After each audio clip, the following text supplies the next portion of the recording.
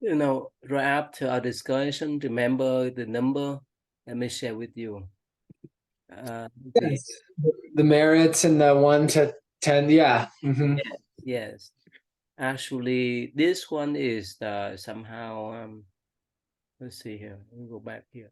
Somehow they mistranslated in Vietnamese version. They say from 1 to 100 to 1,000 and to 10,000, not 10,001, 10,000 and 100.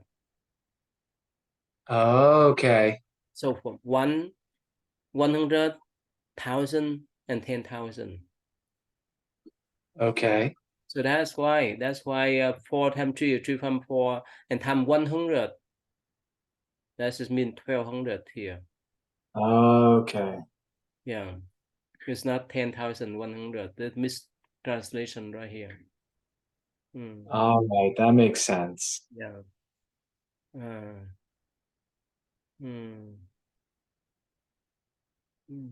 So one more time, 100 represent the infinitive number, either 100, 1,000, 10,000 in Buddhist term that represent numberless. But here, that's why we they multiply 12 by 100 here. That's why we have this one. That's understandable now, right? Yes. Okay, so the next one here, this one, the tongue. The tongue, would I say that when your tongue propagates mundane and supreme mundane wisdom to a language is restricted, the meaning is inacceptable. Hence, the organ registers all the 12 merits. 12 merits that represent the complete, the complete merit instead of partial one. This one here too. When your body feels that is touch, this feeling exists when there is touch, but vanishes in its absence. Hence, your body has only 800 merit. That's understandable, right? That's why the hearing, and the tongue, the tasting has complete merit, but the seeing, I think the touching, and I think let's say this is smelling too, right? Yeah, the breath, yeah, the nose smell only 800. It's only 2/3 of that. So uh, so it so the hearing and the tasting has the complete merit. Yeah, you like to read this, please? Okay. Yes. Ananda, as you now wish to go against the samsaric current of desire, Sorry, you should. you skip this one. Oh, as intellect, sorry. Yeah. As intellect embraces both the mundane and supermundane of the past, present, and future in the 10 directions, including all the worldly and saintly without limits, you should know that this organ earns the full 1200 merits. Hmm. And keep going or Yeah, please. stop there? Okay. Ananda, as you wish to go against the samsaric current of desire, you should revert to the very organ from which it flows until you reach the state beyond birth and death. Therefore, you should look into the 6 functioning organs and see which one is consistent or not, is deep or shallow, and is all penetrating or deficient. If you find the all pervading organ, you should turn back its karmic flow so that it accords with its penetrating quality. The difference between realization by means of this penetrating organ and that through a different one is comparable to that between a day and an eon. I have now revealed to you the 6 organs arising from your true mind and their respective potentialities so that you can choose the one most suitable to you and advance in your practice. Hmm. Oh, it's so yeah, that's interesting. So the five senses and the intellect, except the way the Buddha discussed the tongue was not for taste, but was for speech. And that the Buddha is also not saying that one of them is the most suitable. The Buddha is saying that Ananda should pick the one that's most suitable. So that it suggests it could vary person to person. Yeah. And which one is consistent or not, deep or shallow, and is all penetrating or deficient. So if you find the all pervading one, you should turn back its karmic flow. Yeah, I get a sense of that, but it's hard to, I don't feel that I fully understand that. Yeah. So here, someone is pretty sharp in hearing, right? Remember I told you the story of the kid, forget that word, start with A. Autism. What's that? Autism. Autism. Yeah. Autism. Yeah. So that gentleman is sharp in hearing, but not in speaking. First, we can be sharp in speaking, but probably not in hearing. Yeah, or some of us be sharp in seeing, not hearing, or smelling. They hire people to test the food, right? So that's why in our practice, someone is very good in recitation of the sutra. Someone is pretty good in teaching, right? But someone just like to have some kind of visualization, like in the Tibetan tradition, they have the mandala.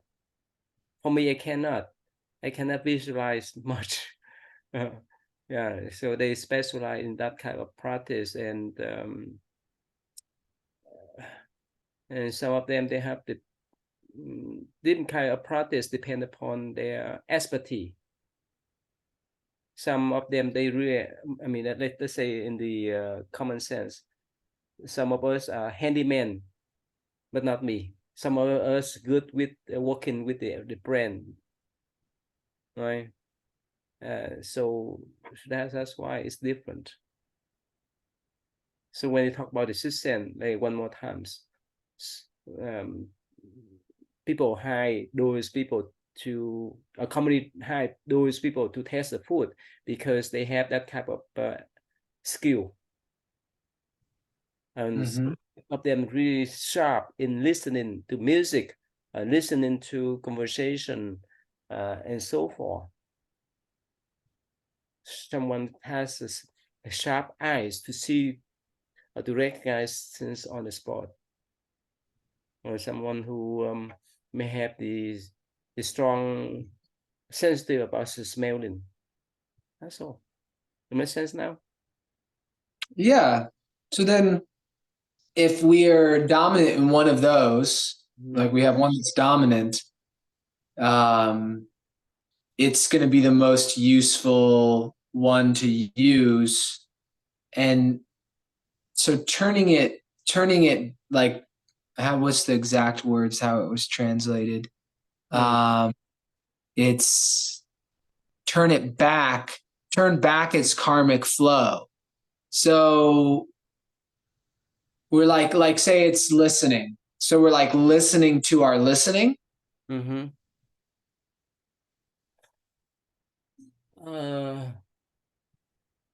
Not listening to our listening, you can say that listen to our own pure nature. Remember I told you last time that when I was young, I tried to listen to all kind of external sounds. It will confuse you. But the moment that I listen to my own heart beating, my mind so calm. And that is talking about my own heart beating, nothing about my own pure nature. At that time, I didn't know that yet. You got that point? Mm-hmm. That's just what about. Okay. Okay. Yeah. So now the Buddha said that you have to select out whichever things is more suitable for you. You can advance on that practice, right? Yeah, I think from this one on, the Buddha later on will ask the 25 sages and the Bodhisattva to tell, to recall the practice that they use to achieve to the sagehood. Yeah. So that later on, Ananda will pick up the one that's more suitable for himself and for all the sentient beings. Or the Tathagatas practice self-cultivation through 18 realms of sense.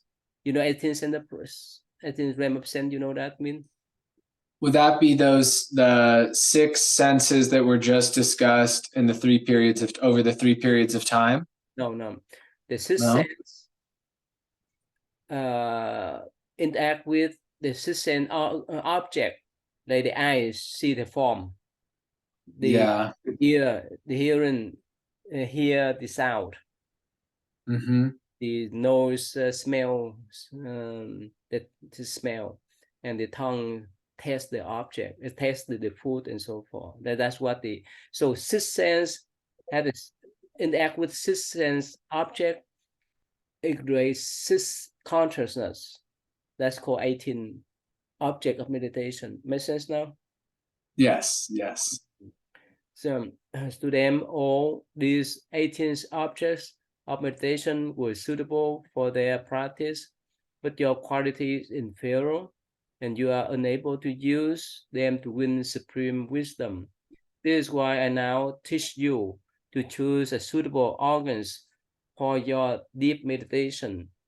Once you have entered it and free yourself from illusion, all your six organs will become pure and clean simultaneously.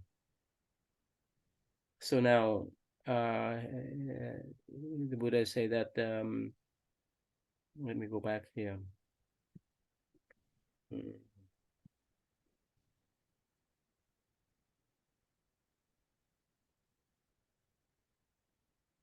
Okay, so for the Buddhas in the past, right, they practice self-cultivation through this kind of 18 realms of sense. But for us, right, for the common people, our quality is inferior. So that's why we are unable to use them to win the supreme wisdom. That's why the Buddha teach us to choose the suitable organs so that we can enter the deep meditation state of mind.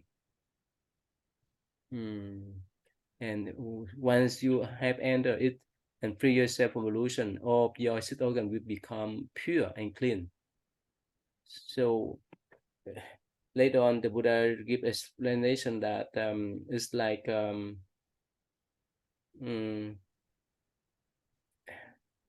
it's like we use a rope to we tie the ropes, right? And if we could not know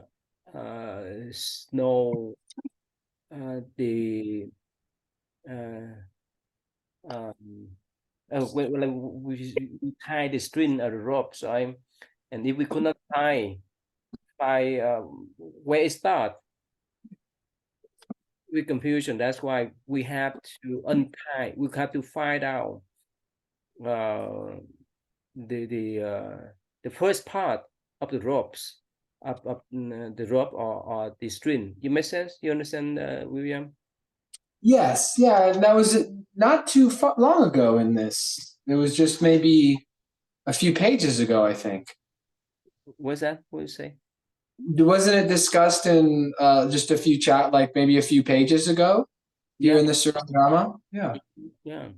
And we say that if we untie one, okay, sorry, let's put this way.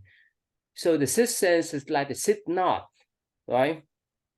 And if we untie one, we can untie all. That's what's meant here. Once you have entered it and free yourself from illusion, of your sixth organ will become pure and clean. So when we untie one, the other five will be untied too. That's what about. When we really penetrate in one sense organs, the other one will be purified and penetrated too. It makes sense, right? Yes. Yeah. Okay. Yeah. Please go ahead. So with the breathing that's commonly recommended in a lot of Buddhist traditions for meditation, it seems that one, I mean, it could be sound, but it's also could be feeling as well. Because like if we are paying attention of the sensation of breathing, if we're feeling of it, like in Zen, the place I first learned, they said to feel it in your they call it the dantian, I think, in Japanese, but like in the belly. So that's they're using like this approach, but they're using feeling as the organ, right? Or no? So here in the sutra, what they call the four ways of contemplation. So first, the Buddha say that we need to contemplate about the body, to recognize the body is impure. The second step is to contemplate the feeling, good, bad, happy, unhappy, and so forth. That's second step. The third step is to contemplate about the mind. The mind is impermanence. The mind is changing moment by moment. I mean, that's a thought. No, sorry. The thought is the mind is there's no real self. That's a sorry. The mind has no real self. And the last one is phenomena. We need to recognize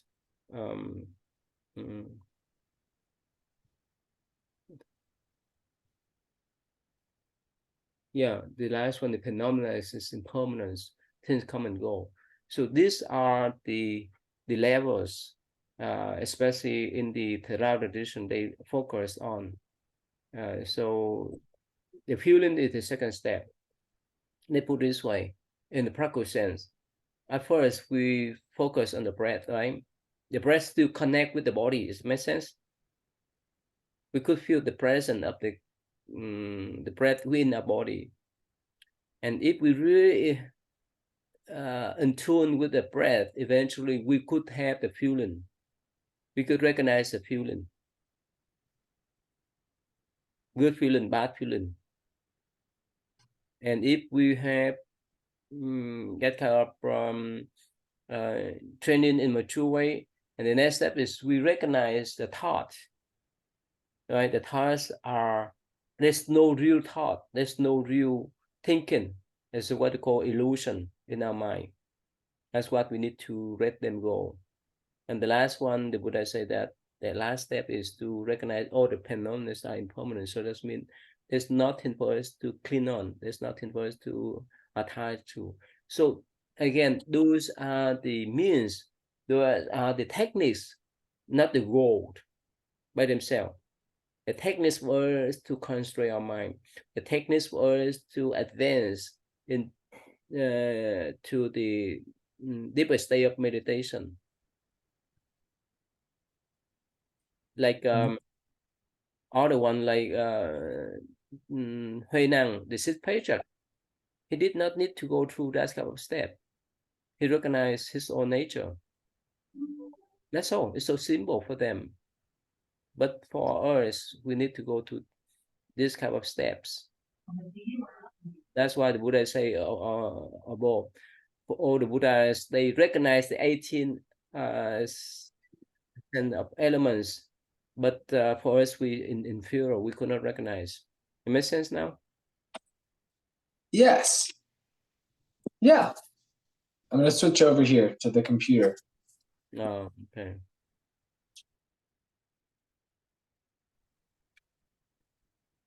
Yeah. Yeah, it makes sense. Okay. Yeah. Okay, go ahead, please.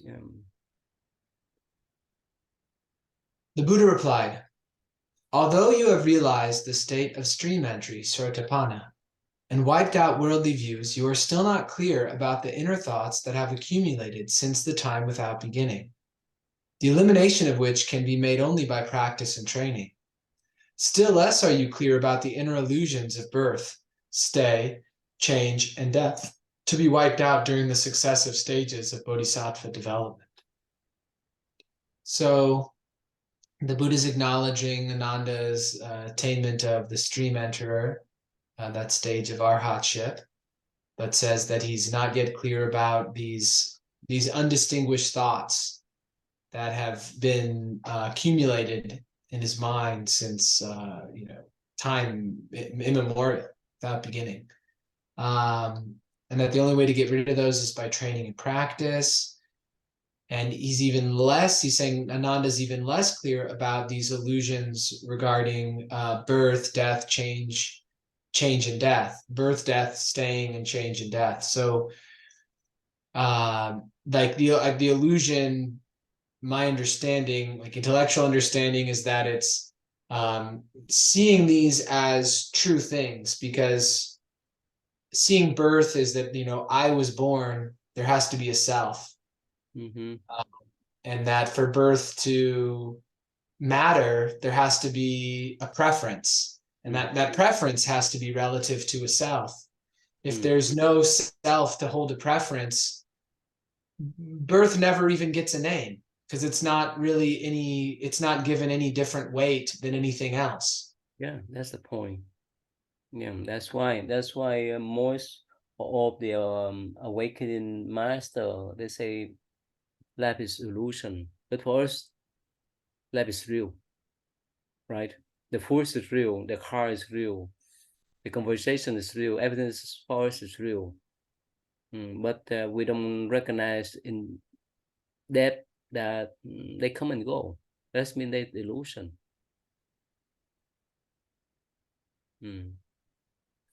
Yeah. Okay. Now look at your six organs. They once assist Ananda. If they are one, why cannot you see your ears, hear with your eyes, walk with your head, and speak with your feet? If they assist, then as I expound the profound Dharma, which one of them received my instruction? Ananda said, I use my ears to listen to it. The Buddha said, if so, your ears should have no relation to your body and mouth. When your mouth asks for its meanings and your body stand up to receive it reverently. Therefore, you are neither once ending in assist nor assist ending in one. In other words, basically your sense organs are neither once nor assist. It's understandable now, right? Yes. Yeah. Kind of like a hand. Like we could say there's 5 fingers, but they're all connected to the hand. And you could say they're one, but you could also say there's parts. It's just conventional way to explain. That's all. We call the hand in English. In Vietnamese, we call tai. It's just conventional way for us to name them, to label them, for us to recognize. Yeah, but not they're not in Buddhist view. The illusion. We don't recognize it until we die. Right? We don't recognize when we lost everything. That's what different from the Buddhas and great Bodhisattva. Yeah, please. Ananda, you should realize that your organs are neither 1 nor 6, and that because you have seen everything upside down since the time without beginning, the illusion of 1 and 6 have arisen from that which is perfect and clean. Although your attainment of the state of Sotapanna has wiped out the illusory concept of 6, you still retain that of 1. Yeah, so even oneness is a concept. Any concepts that's maintained especially an undistinguished concept. It just appears, we just relate to it as reality, and then it creates, maybe it's kind of like a layer between what actually is. It kind of, it's a degree of separation from the true nature, because it's a created thing. It's a concept of our thinking mind. Yeah. Which would it be fair to say concept is a synonym for mental formation? Yeah. Yeah, that's what mental formation is about, the concept we think about. Yeah. Okay. This is like the voice contained in the different vessels and called by different names according to the shapes of the containers. If you throw away the vessel and look at the voice, you will say there is one. But how can the voice follow your determination to become one or many? Still less can it become one or none. So your active organs are like the voice in different containers. A symbol, right? This is just the voice. When we take out the container, when we put down the buildings, it just go back to the voice, emptiness, the air, right?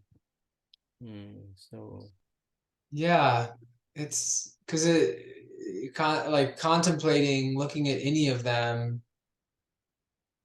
it's yeah, they all have a similar sort of quality where it's like something is receiving it, but there's nothing there to see as the one that's receiving it. And they're all the same way in that sense. That makes sense. Yeah. Yeah, please. Because of light and darkness, which alternate with and reveal each other, their adhesion to the wondrous perfect mind results in perception, the essence of which reflects, forms, and unites with them to become a sense organ. This organ originally comes from the four fine elements of earth, water, fire, and wind, and is called an eye, which is shaped like a grape. Hence, the organ of perception is constant and in constant search of forms. So this one's explaining the eye organ. So obviously the eye is able to, like medical understanding, there's certain structures in the eye that certain types of light activate, and then that activates nerves. It goes back through our brain and it gets basically presented as a picture to, and that's picture is what is conscious. And so the light and dark alternate and reveal each other. Yeah, you need the opposites. If it was just pure light, we couldn't distinguish anything. If it was just pure dark, we couldn't distinguish anything. Their adhesion to the wondrous perfect mind. That's interesting. Results in perception, the essence of which reflects forms and unites with them to become a sense organ. Man, I feel like there's so much in that sentence. Their adhesion, so light and dark's adhesion to the wondrous perfect mind. Because that wondrous perfect mind, like that is what hears, that is what sees. And the essence of the results, the essence of perception is what reflects forms and unites with them? Or is that the essence of the wondrous perfect mind? The essence of which reflects form and united with them. So basically, this is what way. This is symbol understanding.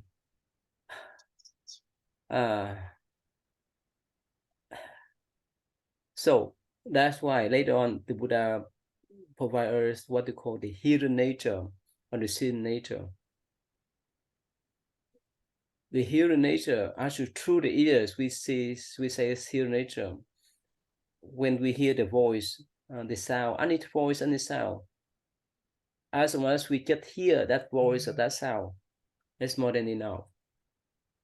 But if we have the thought, oh, okay, this pleasant sound, the unpleasant sound, that's where trouble come from. That's where affliction come from. So here it says that the essence of which reflects the form and unites with them to become a sense organ. A sense organ, whether it's just the eyes, the ears, the nose, and so forth. That essence, that's a pure nature, reflect on the form. Yeah, because like yeah, the so sound, it's we can measure it as like a vibration, and the eardrum vibrates with it, so it's like it's reflecting it. Or light, hits the back of the eye, and so the light that's reflecting off of the object, then in turn reflects off of the inside of the eye. So that essence is able, yeah, it's so, It's the pure mind. as we get to this part, to me, like I get to this point of like the first distinction, like that idea of one, like that idea of how was any distinction made initially, and like this in being in thought about it. The thoughts that come up are like, well, like everything is one, so it's not like the sensing is separate from the thing which is being sensed. But sometimes, like talking about it, it's hard to not use that sort of concept in talking about it. Mm-hmm. Yeah, that's a tricky one there. That's why and if we don't play around with the word, the important is as our ears, let's say our six organs, six sense organs, are the means for us to interact with the existent object. But in a sense, it comes from a pure nature. So that's why through the ears, it reflects that essence. Through the ears, we can recognize a pure nature, what they call hero nature. If we don't discriminate whether pleasant or unpleasant, to the eyes, right, whether beautiful object or ugly object, if we just see through the eyes, we have that type of seeing nature. That's what the Buddha guide us step by step is about. So the pure nature is not hide behind the eyes, like Venerable Ananda said before, or not hide behind the ear and so forth. But this is the function. The sense organs are the function that we express through our pure mind. That's why we hear. That's why the Buddha, in the Buddha view, that we need to untie them instead of being controlled by this kind of sixth sense organ.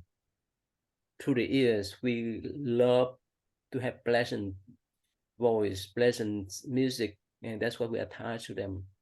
And in for the unpleasant word and unpleasant music and so forth, we don't like. That's why we have the anger through our ears too, through our eyes, to our nose and so forth.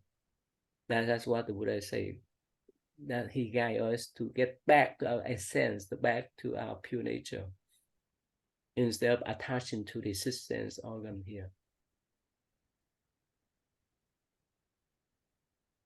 Yeah, that's why I say here, this organ, that's when the eye organs, the perception, is in constant search for form.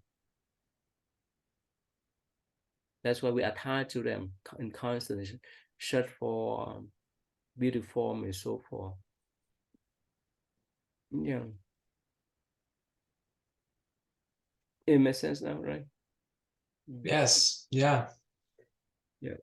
Because the conditions of disturbance and stillness contrast with each other, their adherence to the wondrous perfect mind result in hearing, the essence of which echoes with sound and unites with it to become ascent organs. This organ originally come from the 4 5 elements and is called an ear, which is shaped like a young round leaves. Hence, this organs of perception is in constant search for the sound. So the same, the Buddha say that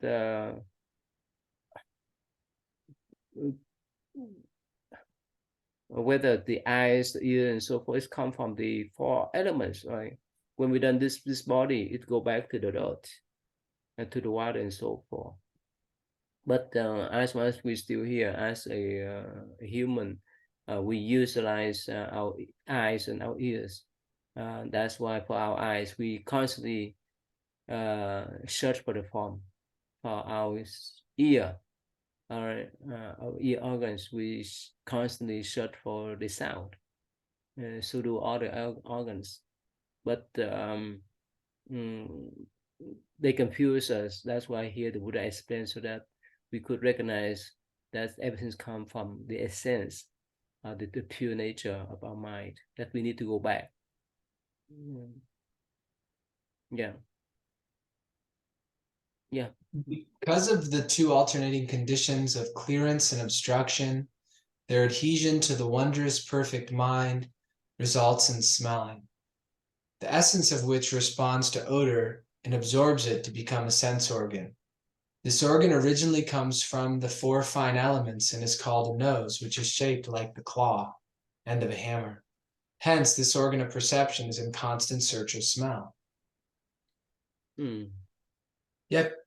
I also find myself in these sort of teachings thinking about like what our scientists think about like how matter came into existence from like energy and then hydrogen and then helium and then gradually higher level atoms through like in stars, and the stars explode out and they scatter these atoms about whatever solar system they're in, and how our form is so dependent upon all of those processes, and how thinking about the mind even beyond like my body and my consciousness, but the mind that like all of that matter arose in as well, is like that matter being a property of that one mind in a sense. Does that make sense? Because it seems like the roots to us being able to sit here and talk and read go so incredibly deep on a like just the earth, for instance. The earth was formed how long ago, and I couldn't really exclude the earth from my experience. I couldn't say like I can exist in absence of the earth ever having existed. So then in that sense, I can't, if I'll do it automatically, just my default kind of sense of self. But if I consider it, it's like, well, I have to really consider the earth within. I couldn't put it outside of myself. And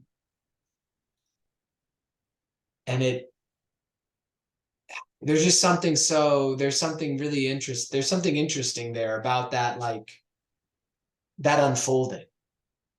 Not only the earth, but the water, the fire, the wind, the 4 elements, the wind ourselves, wind our eyes, wind our ears, wind our sense.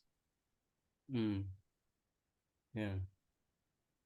And I was speaking casually. I didn't mean to exclude them. I meant like the globe, the earth, like including I didn't mean just the element of earth. Yeah. Okay, the same pattern. Because of changing and unchanged conditions, their adherence to the wondrous perfect mind result in tasting, the sense of which respond to flavors and absorb it to become a sense organs. These organs originally come from the 4 5 elements and is called a tongue, reshaped like a crescent moon. Instead, organs perception is in constant shift of taste. The same pattern, right? And this, yeah, this one here. Yeah.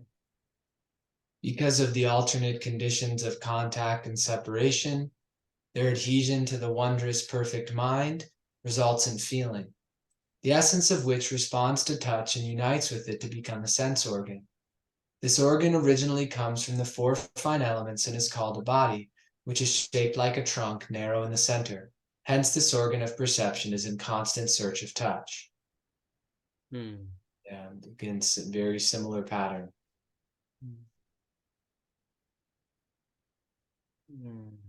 Okay.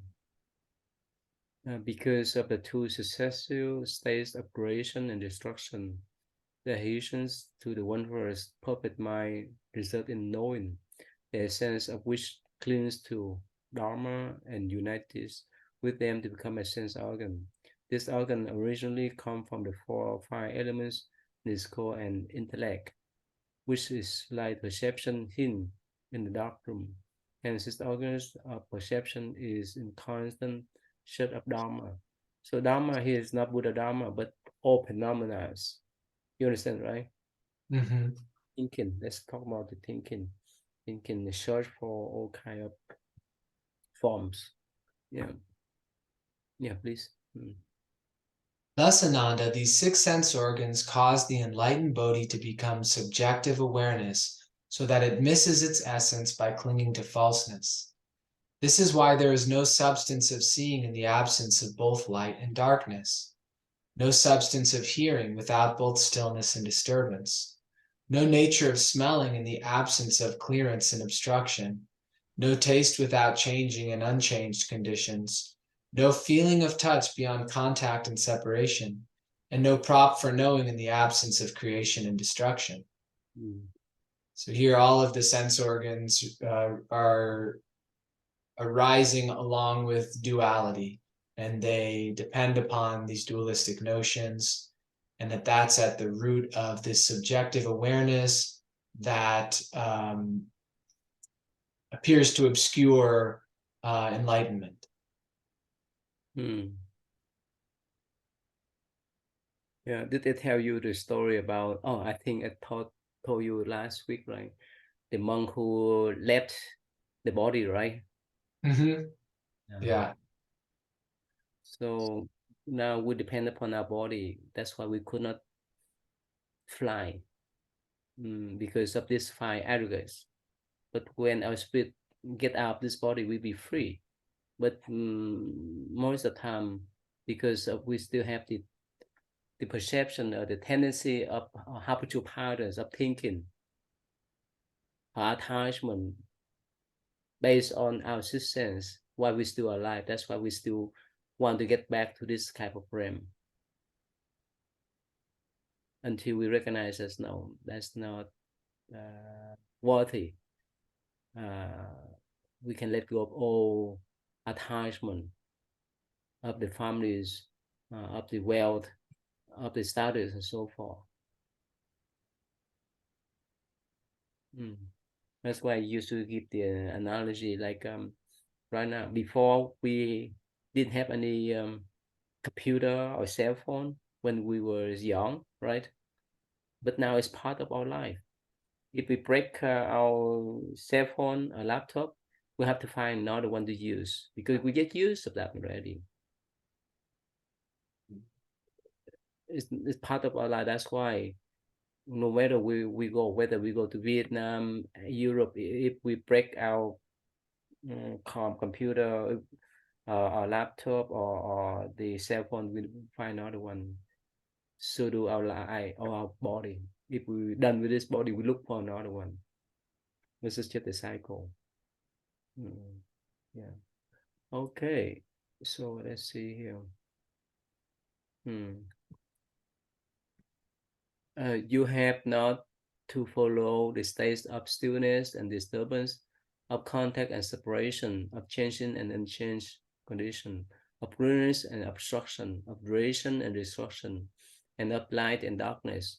And from these 12 worldly conditions, just root out any of your six sense organs to disengage it from both inner and outer illusion. As soon as it is subdued and brought back to the real, the latest life will appear.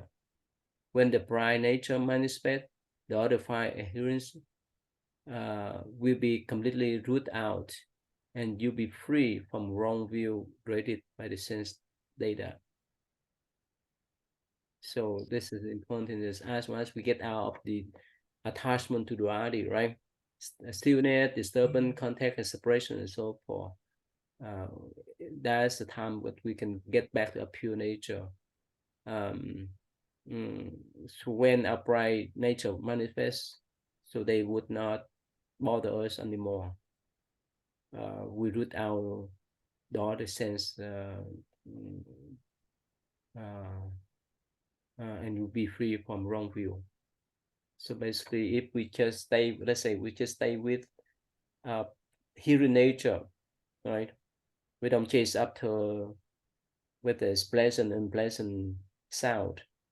We just recognize the sound, no matter what kind of sound, and we train our mind in that type of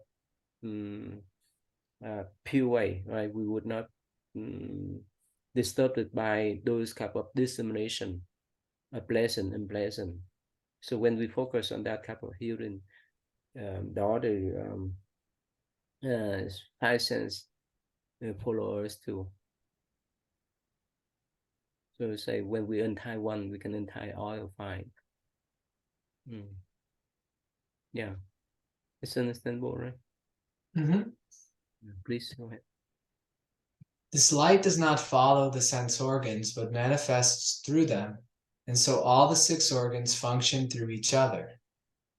Ananda, do not you see in this assembly Aniruddha, who is blind but sees, Upananda, who is deaf but hears, the goddess of the Ganges, who is noseless but smells, Gavampati, who does not taste with his tongue, and the god of Sunyata, who has no body but feels touch. This god of the void appears temporarily in the Tathagata light. Since his body is like air and does not exist materially, he has realized stillness, jhana, derived from the elimination of the second and third aggregates, thereby achieving the peace of the Sarvaka state. And Mahakasyapa, who is here, succeeded long ago in rooting out the organ of intellect, thereby realizing perfect knowledge, which is not derived from the thinking process. Yeah, so when these the sense organs are disengaged from the inner and outer adhesions to duality, and then their light begins to like shine outward, that light shines through all the sense organs. The Buddha then lists all of these people in the assembly who are able to have a sense without having the organ intact. And then, well, except Mahakasyapa has the intellect, nothing was wrong with his intellect, but he, you could say, disengaged it from the adhesions. And so realized this perfect knowledge. Yeah. Yeah, like I told you about the story of that gentleman, right? He has a problem with speaking, but his ears, his hearing is so sharp. And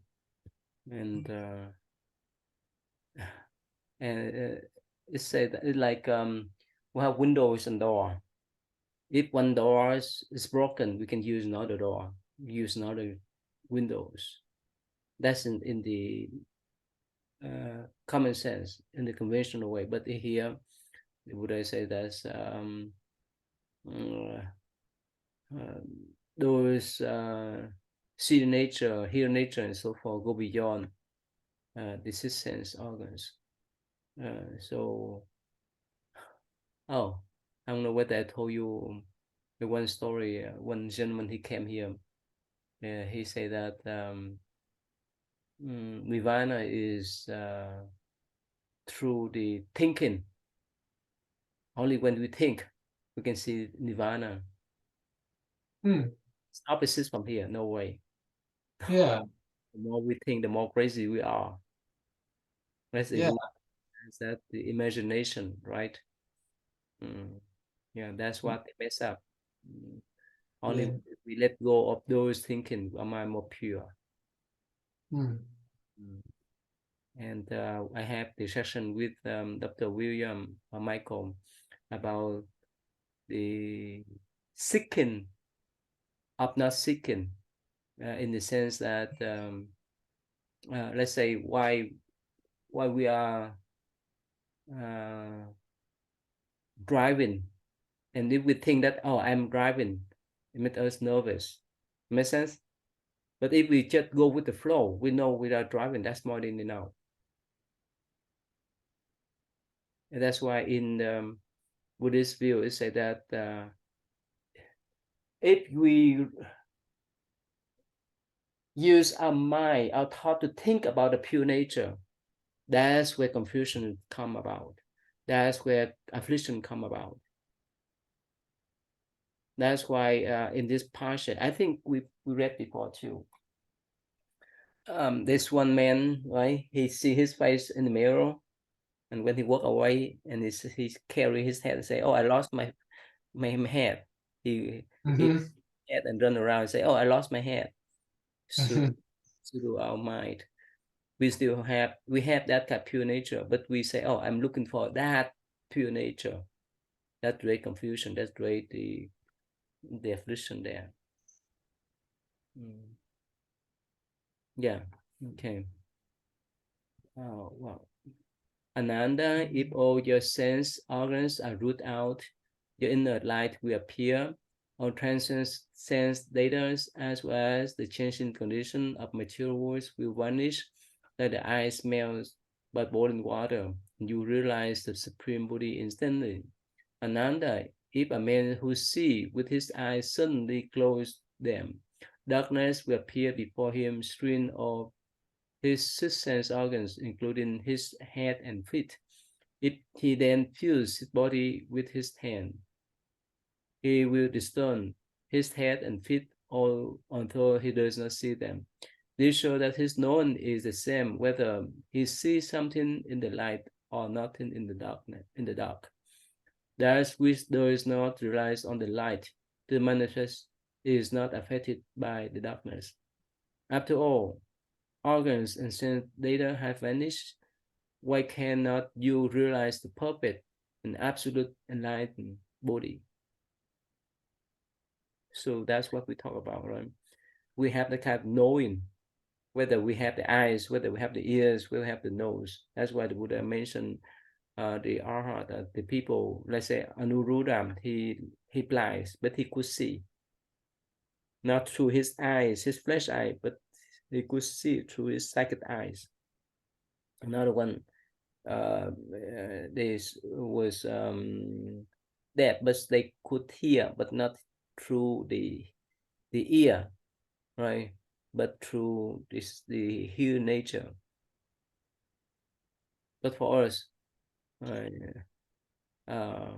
nowadays it's not easy to accept that.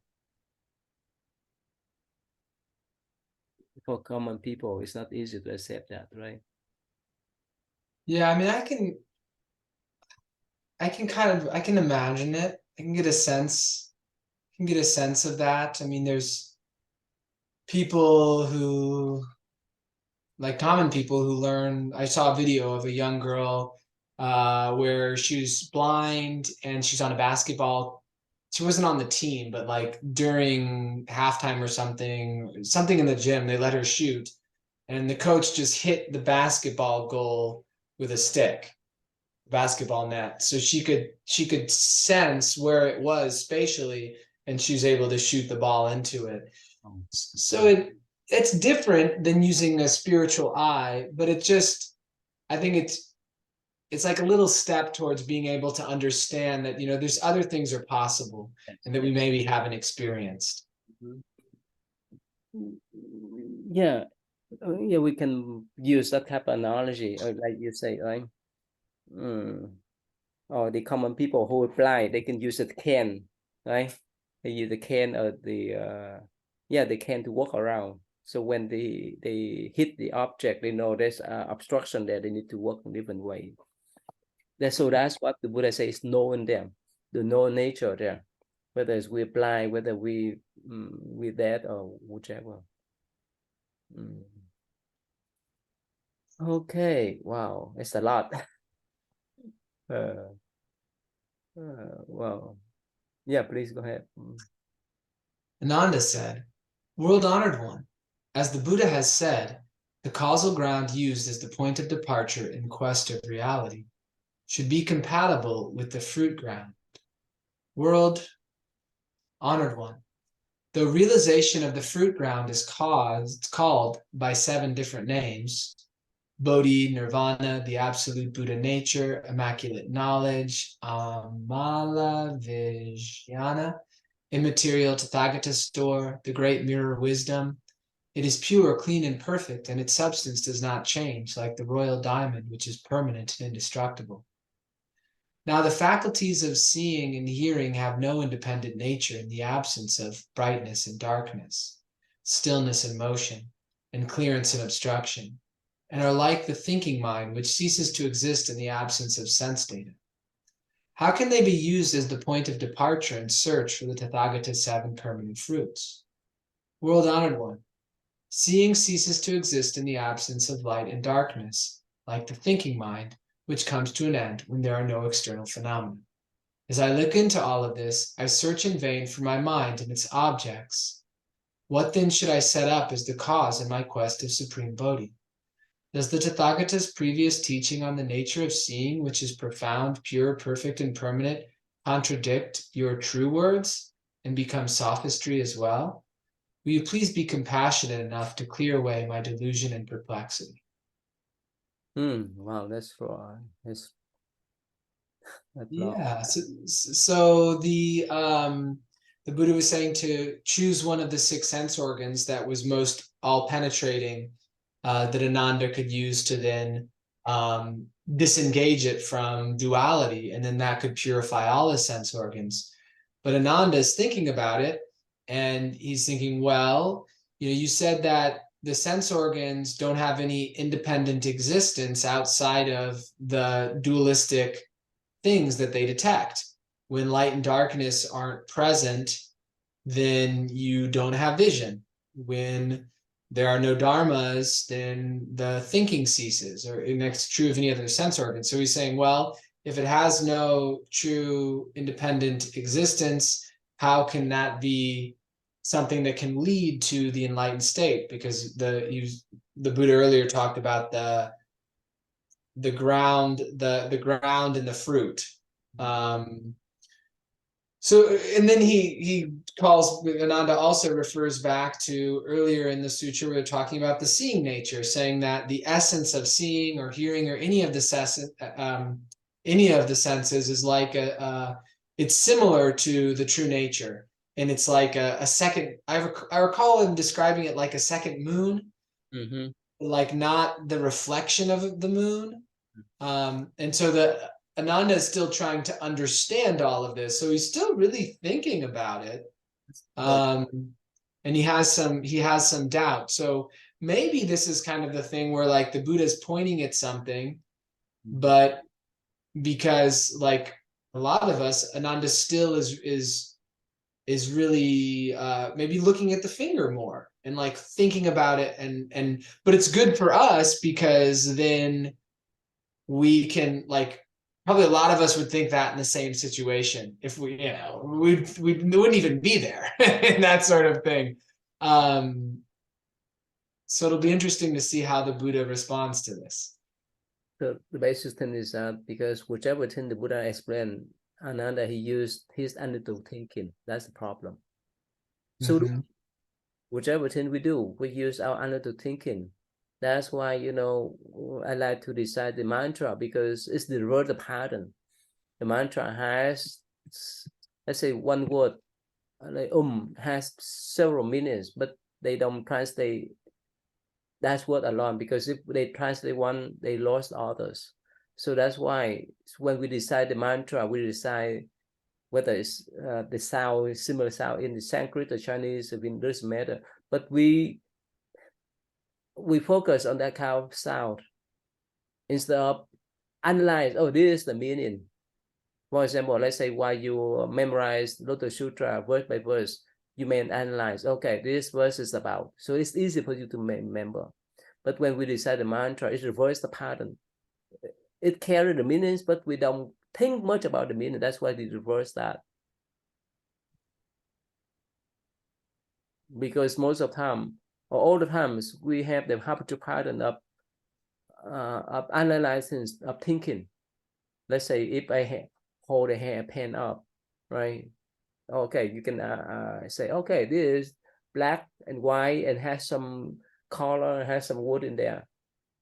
I might never stop in thinking.